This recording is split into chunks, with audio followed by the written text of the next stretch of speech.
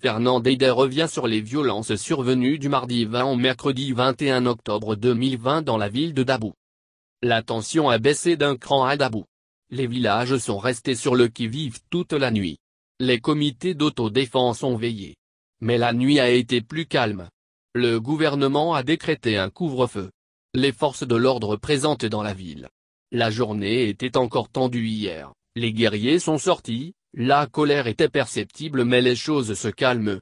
On va maintenant procéder au décompte macabre. Évidemment, après 48 tâches de violence, le bilan est très lourd.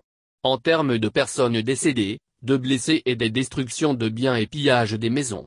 Les autorités auront le temps de donner les chiffres exacts. Pour l'heure, il faut espérer le retour au calme se confirme totalement, les cœurs s'apaisent et les médiations en cours aboutissent. Et que les populations retrouvent la quiétude. À jour J9 du premier tour de la présidentielle 2020, tout reste possible.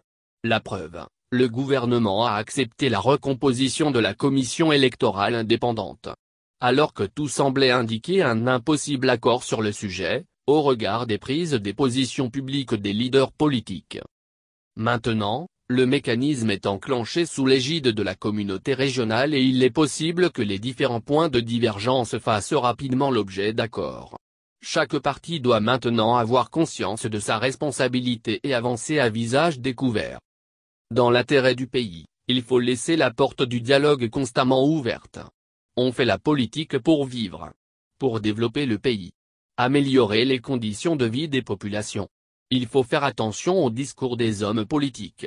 Ils ressemblent très souvent à ceux des entraîneurs des équipes de sport avant les matchs, rassurants, sereins, souvent même, minimisant les forces de l'adversaire. La réalité du terrain s'impose aux techniciens. Le candidat du RHDP poursuit sa campagne. Il sera dans la capitale de l'Indénié ce jeudi 22 octobre. Pas de meeting, rencontre avec le roi, rencontre avec les chefs coutumiers et les guides religieux et les cadres du Grand Est. Programme du candidat Kouadio Konan Bertin, non parvenu.